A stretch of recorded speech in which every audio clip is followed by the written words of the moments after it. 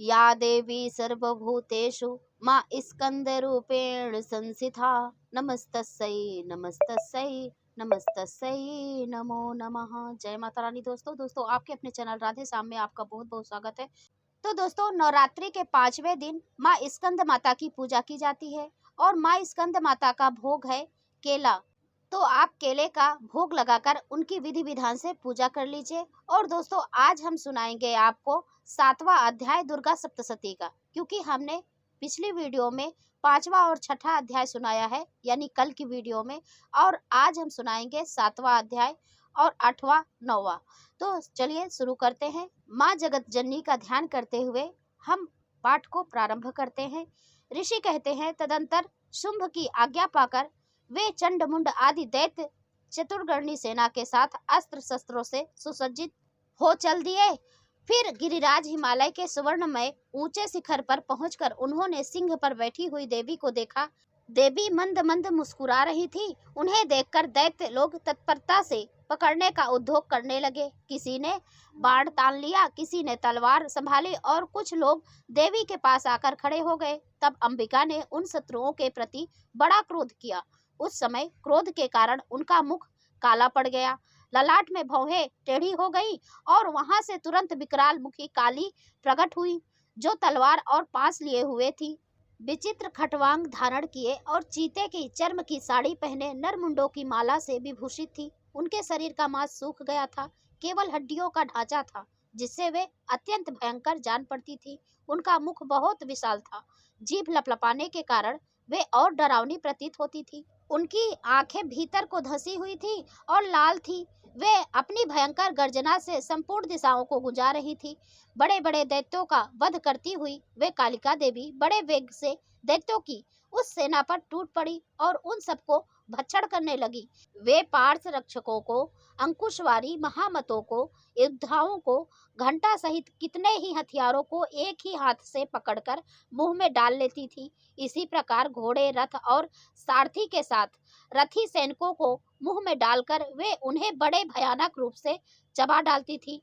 किसी के बाल पकड़ लेती थी, किसी का गला दबा देती थी, किसी को पैरों से कुचल डालती और किसी को छाती के धक्के से गिराकर मार डालती थी। वे असुरों के छोड़े हुए बड़े बड़े अस्त्र शस्त्र मुंह से पकड़ लेती और रोष में भरकर उनको दांतों से पीस डालती। काली ने बलवान एवं दुरात्मा दैत्यों की वह सारी सेना रौंद डाली। कितनों को वो खा डाली और कितनों को मार भगाया। कोई तलवार के घाट उतारे गए, कोई खटवांग से पीटे गए और कितने ही असुर दांतों के अग्रभाग से कुचले जाकर मृत्यु को प्राप्त हुए। इस प्रकार देवी ने असुरों की उस सारी सेना को क्षण भर में मार गिराया। यह देख चंड उन अत्यंत भयानक काली देवी की ओर दौड़ा तथा महादैत्य मुंड ने भी अत्यंत भयंकर वाड़ों की वर्षा से तथा हजारों बार चलाए हुए चक्रों से उन भयानक नेत्रों वाली देवी को आच्छादित कर दिया। वे अनेकों चक्र देवी के मुख में समाते हुए ऐसे जान पड़े मानो सूर्य के बहुतेरे मंडल बादलों के उदर में प्रवेश कर रहे हों।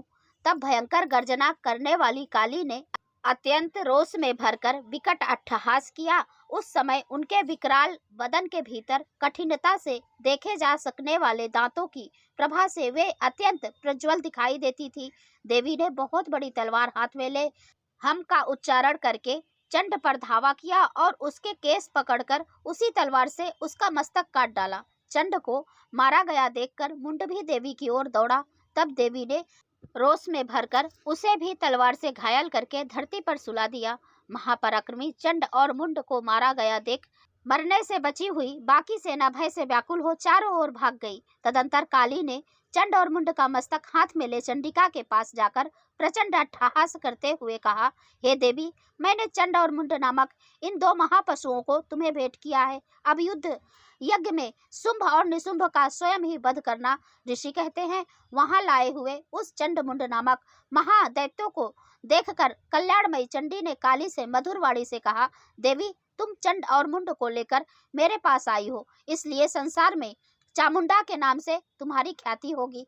तो इसी के साथ दोस्तों 7वां अध्याय समाप्त होता है। अभी हम 8वें अध्याय का श्रवण करेंगे। ऋषि कहते हैं, चंड और मुंड नामक दैत्यों के मारे जाने पर तथा बहुत सी सेना का संहार हो जाने पर दैत्यों के राजा प्रतापी शुंभ के मन में बहुत बड़ा क्रोध हुआ और उसने दैत्यों की संपूर्ण सेना को युद्ध के लिए कूच करने की आज्ञा दी। वह बोला, आज उदयुद्ध नाम के 86 दैत्य सेनापति अपने सेनाओं के साथ युद्ध के लिए प्रस्थान करे। कंबू नाम वाले दैत्यों के 84 सेना नायक अपनी वाहिनी से घिरे हुए यात्रा करें। 50 वीर कोटि कुल के और 100 धौम्र कुल असुर सेनापति मेरी आज्ञा से सेना सहित कूच करें।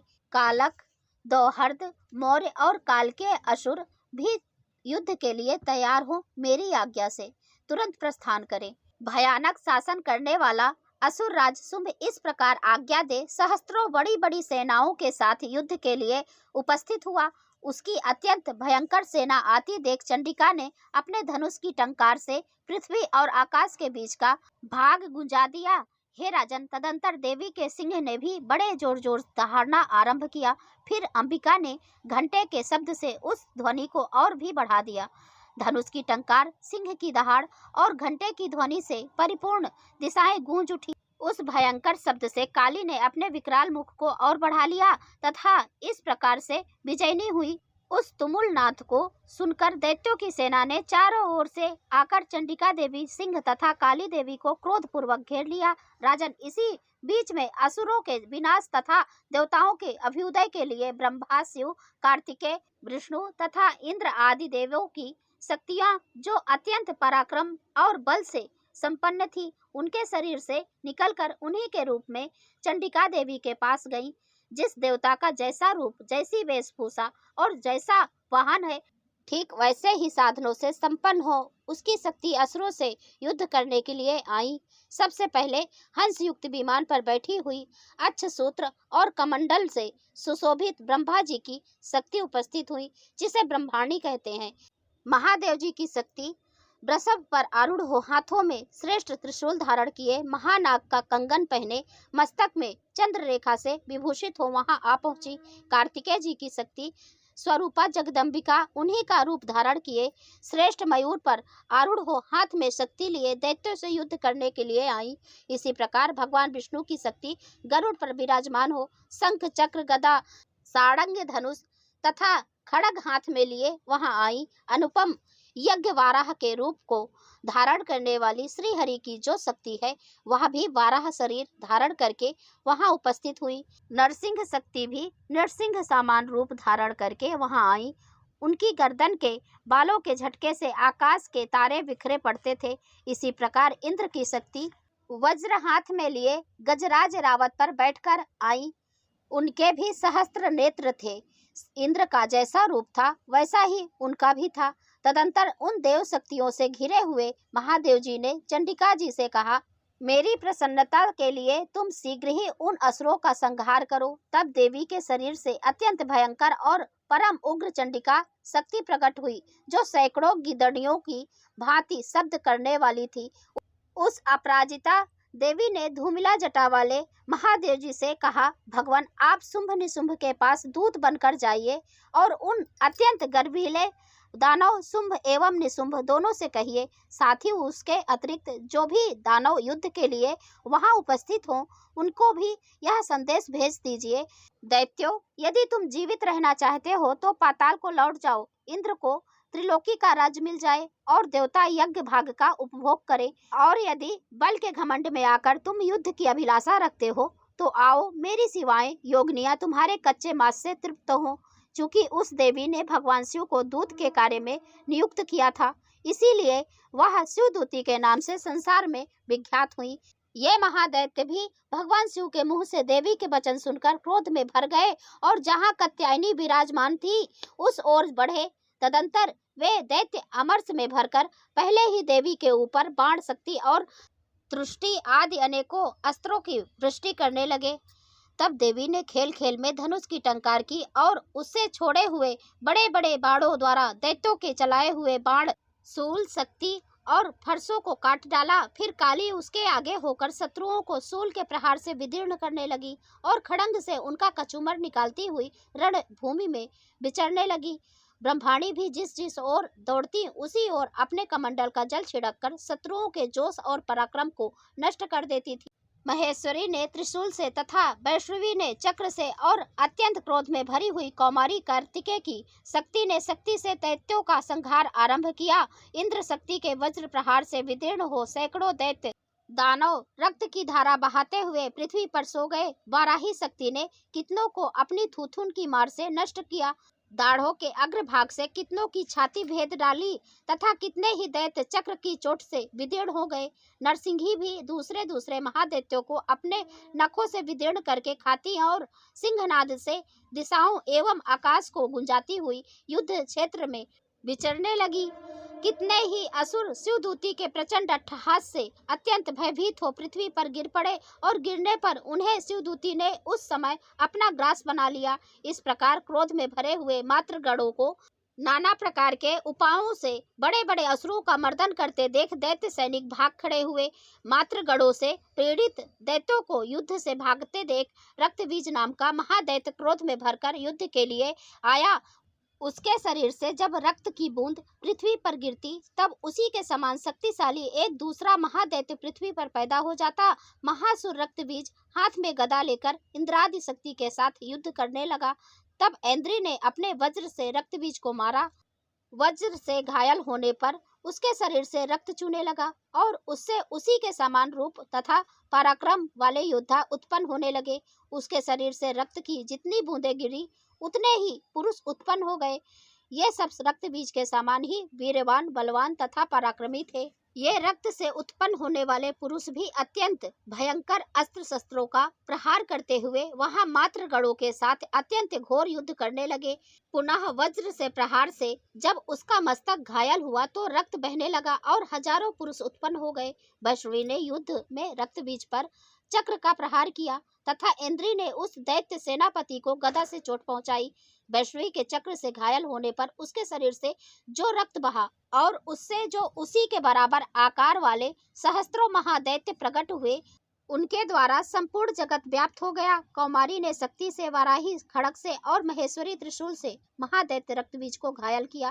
क्रोध में भरे हुए उस महादैत्य रक्तबीज ने भी गदा से सभी मात्र शक्तियों को पृथक पृथक प्रहार किया। शक्ति और शूल आदि से अनेक बार घायल होने पर जो उसके शरीर से रक्त की धारा पृथ्वी पर गिरी उससे भी निश्चय ही सैकड़ों असुर उत्पन्न हुए। इस प्रकार उस महादैत्य के रक्त से प्रकट हुए असुरों द्वारा संपूर्ण जगत व्याप्त हो गया।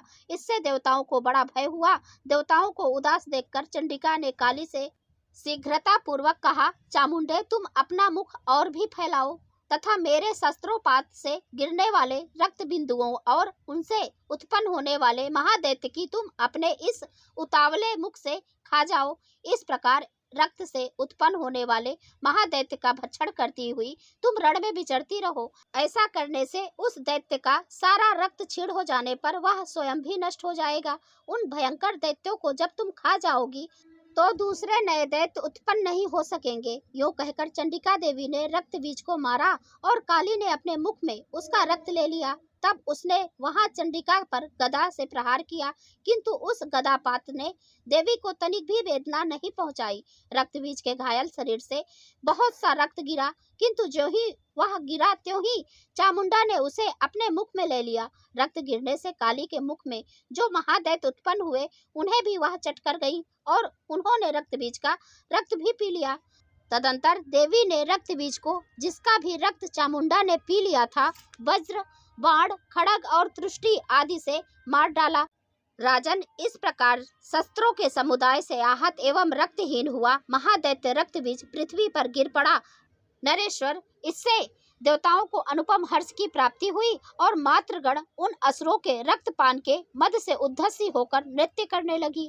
तो दोस्तों, ये थी आज की कथा। यदि यह कथा आपको अच्छा लगा हो तो लाइक और शेयर करें और चैनल को सब्सक्राइब करें। और दोस्तों, कल की वीडियो में आपको 9वां और 10वां अध्याय सुनने को मिलेगा।